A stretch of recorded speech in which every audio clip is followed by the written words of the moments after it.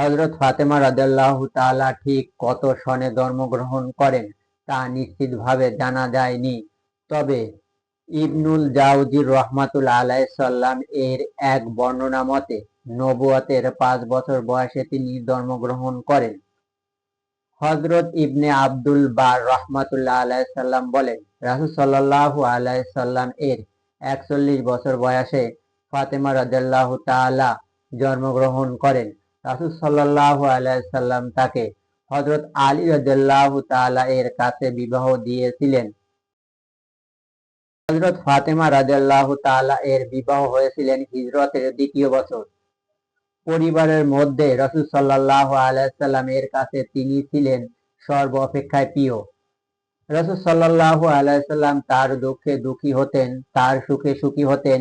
ইমাম বুখারী ও মুসলিম রহমাতুল্লাহ মিসওয়ার ইবনে মাখরামার হাদিস বর্ণনা করেন।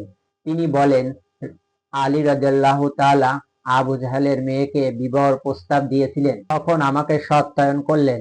আর ফাতেমা আমার কলিজার টুকরা। আমি তার দুঃখকে পছন্দ করি না। আল্লাহর কসম, আল্লাহর রাসূল সাল্লাল্লাহু আলাইহি সাল্লাম এর মেয়ে আর আল্লাহর শত্রুর মেয়ে এক ব্যক্তির কাছে একাত্রে হতে পারে না। তখন আলী রাদিয়াল্লাহু তাআলা তার মতামত থেকে সরে গেলেন। বুখারী ও মুসলিমের অপর বর্ণনায় আছে, হিশাম ইবনে মুগীরা তার মেয়ের আলী ইবনে তালিবের কাছে বিবাহ দিতে অনুমতি প্রার্থনা করেছিলেন, কিন্তু রাসূল সাল্লাল্লাহু আলাইহি সাল্লাম অনুমতি দেননি। বরং বলেছিলেন, যদি আলী ইবনে চায় তাহলে আমার মেয়েকে তালাক দিয়ে তার মেয়েকে বিয়ে করবে, কারণ ফাতেমা আমার কলিজার টুকরা। তার সংশয় আমাকে সংশয় ফেলে, তার কষ্ট আমাকে কাঁদায়। হযরত ফাতেমা রাদিয়াল্লাহু তাআলা হলেন উম্মতের নারীদের সর্দার। ইমাম বুখারী ও মুসলিম আয়েশা রাদিয়াল্লাহু তাআলার হাদিস উল্লেখ করেছেন। তিনি বলেন, তখন আমার সকল স্ত্রী রাসূল সাল্লাল্লাহু আলাইহি সাল্লাম এর কাছে ছিলাম। আমাদের কেউ তখনও মারা যায়নি। একবার ফাতেমা রাদিয়াল্লাহু তাআলা হাঁটতে হাঁটতে এসেছিলেন। আল্লাহর কসম, তার হাঁটা আর রাসূল সাল্লাল্লাহু আলাইহি সাল্লামের হাঁটার মধ্যে কোনো পার্থক্য ছিল না। যখন রাসূল সাল্লাল্লাহু আলাইহি সাল্লাম তাকে দেখলেন, বললেন, মারহাবা। তারপর তাকে রাসূল সাল্লাল্লাহু আলাইহি সাল্লাম এর ডানে বা বামে বসালেন। তার কানে কানে কি যেন বললেন। রাসূল সাল্লাল্লাহু আলাইহি সাল্লাম এর কথা শুনে ফাতেমা প্রচুর কাঁদলেন।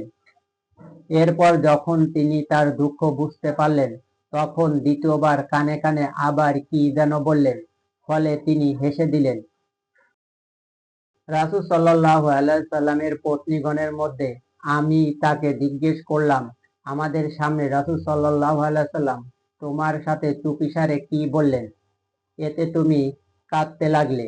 আয়েশা রাদিয়াল্লাহু তাআলা বললেন, যখন রাসূল সাল্লাল্লাহু আলাইহি সাল্লাম উঠে গেলেন, তখন আমি তাকে জিজ্ঞেস করলাম, রাসূল সাল্লাল্লাহু আলাইহি সাল্লাম তোমার সম্পর্কে তোমার সাথে কানে কানে কি কথা বললেন? তিনি বললেন, রাসূল সাল্লাল্লাহু আলাইহি সাল্লামের জীবন দশায় আমি তার রহস্য ফাঁস করতে চাই না। রাসূল সাল্লাল্লাহু আলাইহি সাল্লাম এর ইন্তেকালের পরে আমি তাকে জিজ্ঞেস করলাম, তুমি আমাকে যা জানাতে চেয়েছিলে তা এখন আমি তোমার থেকে শুনতে চাই। তিনি মারা গেলে বিবাহ বন্ধনে আবদ্ধ হয়েছিলেন তাদের উভয় ভাই আব্দুল্লাহ ইবনে জাফরের সাথে। আর তার কাছে থাকা অবস্থায় উম্মে কুলসুম মারা যায়। দ্বিতীয় ভাইয়ের ওরসে একটি মাত্র মেয়ে হওয়া ছাড়া এই তিনজনের কারো সন্তান হয়নি। তবে তার ও কোনো ওয়ারিশ নাই। আব্দুল্লাহ ইবনে জাফরের পরে তার বোন জয়নাব বিনতে ফাতেমাকে বিবাহ করেছেন। তার কয়েকজন সন্তান হয়েছিল।